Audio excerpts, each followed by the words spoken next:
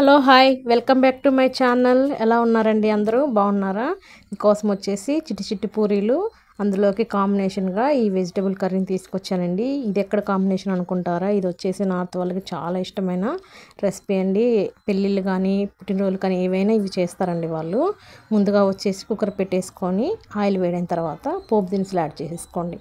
పోపు దినుసులు యాడ్ చేసి చిట్టుపట్లు ఆడిన తర్వాత ఇలా ఆనియన్ పచ్చిమిర్చి యాడ్ చేసుకొని వాటికి కొంచెం పచ్చివాసన పోయి మెత్తపడేంత వరకు ఇలా వేయించుకోండి. ఇలా వేగిన తర్వాత బాగా కలుపుతూనే ఉండండి. కొంచెం పచ్చివాసన పోయి మంచిగా త్వరగా వేగుతాయి ఆనియన్స్ పచ్చిమిర్చి. మరి ఎర్రగా వేయించుకోవాల్సిన అవసరం లేదు. ఇప్పుడు వచ్చి కరివేపాకు, క్యారెట్, టమాటా 3 1 బై 1 ఒకేసారి యాడ్ చేసుకోండి. ఇలా యాడ్ చేసుకున్న తర్వాత వీటిని కొంచెం కలిపి మగ్గనిచ్చుకొని ఇప్పుడు వచ్చేసి 1 టేబుల్ స్పూన్ అల్లం పేస్ట్ యాడ్ చేసుకున్నాను. 1 టేబుల్ స్పూన్ అల్లం వెల్లుల్లి పేస్ట్ యాడ్ చేసుకొని దాన్ని కలిపేయండి. బాగా కూరగాయలన్నిటికీ పట్టేసి మంచిగా మసాలా పట్టేసి పచ్చివాసన పోయి బాగా వేగుతుంది. అంతవరకు బాగా పట్టించండి. చూసారా ఇలా వేగాలి.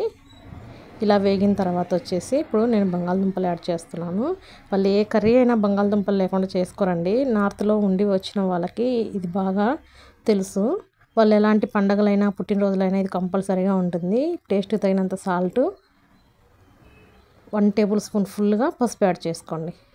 చూసారా ఎంత ఎల్లోగా ఉందో? ఇలాగే చేసుకుంటారండి వాళ్ళ కర్రీలు. ఇలాగే ఉంటాయి. మిర్చి పౌడర్ ఎక్కడ యాడ్ చేయరు వాళ్ళు. కూరగాయలు మునిగేంత వరకు వాటర్ యాడ్ చేసుకోండి. ఇలా వాటర్ యాడ్ చేసుకొని కుక్కర్ పెట్టేయండి. కొంచెం అంతా గరం మసాలా యాడ్ చేసేసి మూత పెట్టేయండి. ఒక 2-3 విజిల్స్ వచ్చేస్తుంది. ఇక్కడ వచ్చేసి నేను 2 కప్పుల వరకు గోధుమ పిండి తీసుకున్నానండి. 2 కప్పుల వరకు గోధుమ పిండి తీసేసుకొని ముద్దగా గట్టిగా కలుపుకోండి. చపాతీకి కొంచెం మెత్తగా కలుపుతాం కదా, అలా కాకుండా పూరీల కోసం గట్టిగానే కలుపుకోవాలి. ఇలా గట్టిగా చూపిస్తాను చూడండి, ఇంత గట్టిగా ఉండాలి. ఇప్పుడు దీన్ని క్లాత్ కప్పేసి పక్కన పెట్టేయండి. ఇంత టైట్గానే ఉండాలి పూరీలకి. అప్పుడే పూరీలు ఆయిల్ పీల్చకుండా మంచిగా వస్తాయండి. పూరికి పిండి ఎప్పుడైనా జారుడుగా ఉంటే ఆయిల్ పీల్చేస్తుంది, గుర్తుపెట్టుకోండి. అందుకోసమని కొంచెం కష్టమైన పూరీ పిండి ఇలా గట్టిగానే కలుపుకోవాలి. కొంచెం కలపడానికి కష్టంగానే ఉంటుంది, అయినా కానీ కొంచెం గట్టిగానే కలుపుకోండి. ఇప్పుడు చూసారా, దీనికి మూత పెట్టేసి కొంచెం అంత ఆయిల్ అప్లై చేశాను. పైనుంచి పిండి తడారకుండా కొంచెం అంత ఆయిల్ అప్లై చేసి ఈ మాత్రం ఉంటే సరిపోతుందండి. పూరీలు మనము రౌండ్ షేప్గా రావాలన్నా, మనకి వంకర టింకలు పోకుండా రావాలన్నా పిండి గట్టిగా ఉంటేనే మనకు కావాల్సిన షేప్ని పూరీకి ఇవ్వగలుగుతాము. ఇలా క్లాత్ కప్పేసి పక్కన పెట్టేసుకొని 5 మినిట్స్ తర్వాత చూడండి, 5 మినిట్స్ తర్వాత పిండి మనకి చూసారా నానింది. ఇందాక మనం గట్టిగా కలిపాం కదండి, గట్టిగా కలిపినప్పటికీ చూసారా ఎంత మెత్తబడిందో? ఈ మాత్రం సరిపోతుందండి. ఇప్పుడు ఒక పెద్ద ముద్ద తీసుకొని కొంచెం 2 వైపులా ఆయిల్ అప్లై చేసుకోండి. నేను పొడి పిండిని ఎక్కడ అద్దట్లేదు. 2 వైపులా ఆయిల్ అప్లై చేసుకున్న తర్వాత చపాతీ కర్రతోని ఇలా రోల్ చేసుకోండి. రౌండ్గా రోల్ చేసుకొని మనకి మనం పోపు డబ్బాలు ఉంటాయి కదండి, వాటిలో ఏదైనా మీకు చిన్న సైజు మూత ఒకటి తీసుకోండి. పూరీలని కట్ చేసుకోవడం కోసం. చిన్న చిన్న పూరీలు చేయాలంటే టైం చాలా పడుతుందండి. అలా కాకుండా ఇలా పెద్దగా చేసేసుకొని ఒకేసారిగా మనకి చపాతీ బండ ఎంత పెద్దగా ఉంటే అంత బండగా రుద్దేసుకోండి మీకు వీలైనంత వరకు. నేను ఇంత పెద్దగా రుద్దేసుకున్నాను కదా, చూసారా? ఈ క్యాప్ తోటి నేను ఇలా ప్రెస్ చేస్తే మనకి చిన్న చిన్న పూరీలు రెడీ అయిపోతాయండి.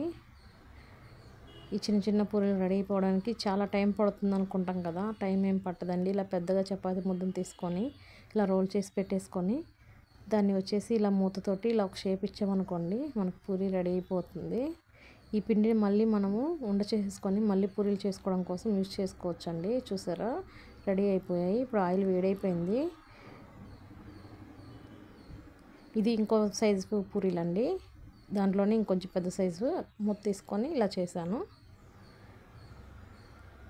ఆయిల్ వేడైపోయింది. ఒక్కొక్కటిగా పూరీలు యాడ్ చేసుకొని చూసారా ఆయిల్ వేయగానే ఎలా పొంగుతున్నాయో? మనకు పిండి గట్టిగా కలుపుకుంటే ఆయిల్లో వేసిన వెంటనే పూరీలు వాటంతట అవే పొంగుతాయండి. లూజ్గా ఉంటే మనకు ఆయిల్ పీల్చేస్తాయి, పూరీలు పొంగడానికి టైం పడుతుంది. చూసారా రెడీ అయిపోయాయి. వీటిని బౌల్లోకి తీసేసుకుందాం. కర్రీ కూడా రెడీ అయిపోయిందండి. ఇక్కడ మనకి చూసారా కర్రీ కూడా రెడీ అయిపోయింది. ఇలా ఉండాలి. ఇలా వాటర్ వాటర్గానే ఉంటుందండి. దీన్ని కూడా బౌల్లోకి తీసేసుకుందాం. ఇలా వాటర్ వాటర్గానే ఉంటే తినడానికి బాగుంటుందండి. మనం పూరీ కుర్మా, పూరీలు ఎంత ఇష్టంగా తింటామో అక్కడ వాళ్ళు పూరీలు ఈ కర్రీని చాలా ఇష్టంగా తింటారండి. ఒకసారి టేస్ట్ చేశారంటే మన పూరీలు కుర్మాని మర్చిపోతారు, అంత బాగుంటాయి. సూపర్ అండ్ టేస్టీగా ఈజీగా ఇంట్లోనే మనం ఇలా రెడీ చేసుకోవచ్చండి. ఎన్ని పూరీలు కావాలంటే అన్ని పూరీలు ఇలా ఈజీగా మనము రెడీ చేసుకోవచ్చు. చూసారా, టేస్టీ చిట్టి చిట్టి పూరీలు వెజిటేబుల్ కర్రీ రెడీ అయిపోయిందండి. హ్యాపీగా ఎంజాయ్ చేసి థ్యాంక్ యూ ఫర్